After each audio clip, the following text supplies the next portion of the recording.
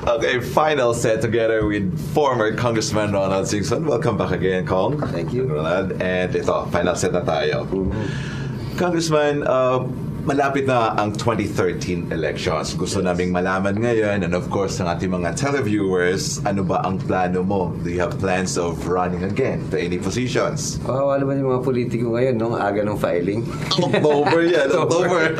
Usually kasi naalala ko dati, as a politician, nagpasan pala amin yung Pasko, nagbabakasyon pa yung mga ibang politiko sa abroad, ganyan.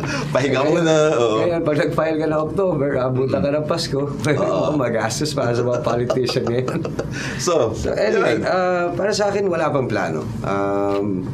As of now, I'm more focused with work and helping the family businesses and my personal businesses also. And patuloy pa rin naman ang paninilbihan ko sa publiko. Like I said kanina, mapasyal-pasyal pa rin ako sa mga barangay. Kung ano, nagtatanong kung ano mga kailangan nila dahil ako na yung naglalapit kundi man sa opisina ni Governor Singson sa opisina ni Congressman Ryan. So I feel more effective that way. But as of plans for running, wala pa. Hindi pa namin napapag-usapan yung bagay na yan. Because nga ngayon medyo concentrate muna tayo sa trabaho. Pero yung mga naiwan mo mga projects na inaugurate ba, natapos na ba lahat? Yes, when I got back, especially dun sa Kawayan when it was Mayor Jeremy Goulart's birthday, she gave me the honor of cutting the ribbons of the projects that I've started and finished. So halos nagsabay kami ni Congressman Ryan noon na in-inaugurate yung mga projects na kanya at yung mga projects na akin dati. So that made me feel very good. And yung mga iba-ibang projects naman na naipangako natin dati, natapos naman natin. Gaya dito sa Banta, yung plaza nila, ang ganda na dahil sa iyo yan eh. Actually, kausap ko lang si Mayor sa amin kagabi. Meron naman siyang ni-request ngayon na yung barangay, kasi nung mayor siya, tinapos pa niya lahat ng barangay hall ng mga lahat ng iba-ibang barangay, pwera doon sa barangay niya mismo. So ngayon, humingi siya ng tulong para doon. So sabi ko, sige, ako na maglalapit kay Governor. So yun, active pa rin tayo sa paninilbihan. But like I said, when it comes to plans for 2013, wala pa kaming plano dahil hindi pa namin napapag-usapan, hindi pa namin napapag-desisyonan yun. So, I'm not closing my doors, but like I said, it's not yet on the table. Okay, so at least we'll still look forward for that. At kung ano man ang mangyayari, babatayin natin. Si Ryan, nandiyan pa yung daddy ko. Sabagay. Ngayon, may iba naman tayo ko. Let's talk about love life. Kumusta ang love life ni Mr. Ronald Singson? Very interesting. Very interesting time for me because now I'm very single. What about Louie? Kumusta na kayo? We're still friends. We still go out once in a while, pero bilang kaibigan na lang. Kaibigan na lang? Yeah. Kasi we usually see you in TV sometimes. Yeah, kasi mahirap maiwasan dahil pareho kami ng set of friends eh. We revolve around the same set of friends. So, ano ba talagang hinahanap ni Congressman Ronald Singson sa yung ideal para sa akin ngayon, hindi ko masyadong iniisip din dahil nga masyado akong focus sa work. But one consideration would be somebody that will be a good mother to my daughter. Kasi is she also from entertainment world? Celebrity or? No, wala pa. Pero hindi siya, kailangan ba nandun ba ang titingnan mo? Doon ka maghahanap sa? Not necessarily. Nagkataon lang na lately sunod nga na showbiz ang mga kasama natin. But it's not necessarily like that. So, single. And let's talk about your daughter, Sam. Kumusta si Sam? She's very well. She's a very good inspiration for me. Para sa akin, halos lahat na ng ginagawa ko ngayon, parati ko siyang iniisip. And yun, nakakatulong rin sa akin yun. Kasama mo siya parati dito sa Ilocos. Ano yung mga bonding moments ninyo? Well, we travel together. I bring her to my office sometimes. After school niya, pumunta siya sa office. Pag pupunta dito sa Ilocos, sinasama ko rin siya. I'm just spending more time with her now. And siya na ang ko ngayon. Siya ng perennial date ko ngayon. Parate. Galing ako. Yeah, I met Samantha. Yeah. She's so cute. At, ano siya? Very bubbly. At Very talaga siya, accommodating and bata pa rin yan. Very talkative for her age at 3.5 years old. When I ask some questions, she answers. Yeah, because I don't baby talk her. Diretso ako makipag-usap sa kanya, parang adult. And if she does something wrong, I go, if you won't stop that, I'll send you home. And then I send her home talaga. Now, gusto ko malaman, ano pa ang mga gustong gawin ni Ronald Singson?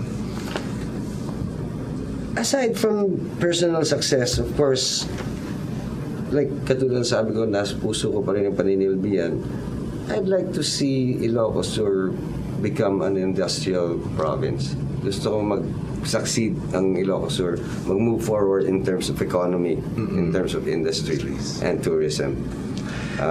Yun talaga yung wish ko na one day we will be the center of tourism, the center of industrialization dito sa Pilipinas.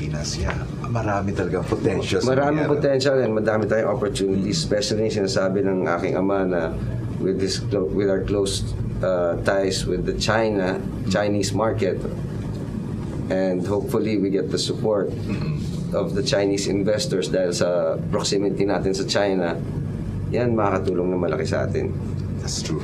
Now, what legacy naman ang gusto mong maiwan sa mga o maiparte sa mga Ilocano dito sa Ilocos Sur per se? Well, for one thing, dun sa nangyayari sa akin, I'd like to correct my image. I'd like to, change the image that I had before, and hopefully ang legacy na may iwan ko dito ay isang Ronald Singson na nakapagsilbi ng husto sa taong bayan to the best of my abilities, and hopefully hindi lang sa efforts, hopefully I will succeed in doing that, in making Ilocos Sur an industrialized province. Not just in the northern Luzon but the entire country. Yes, kasi madaming potential basta may ano lang may willpower. Yeah. Basta may political will. And the drive, of course. Yes. Yeah.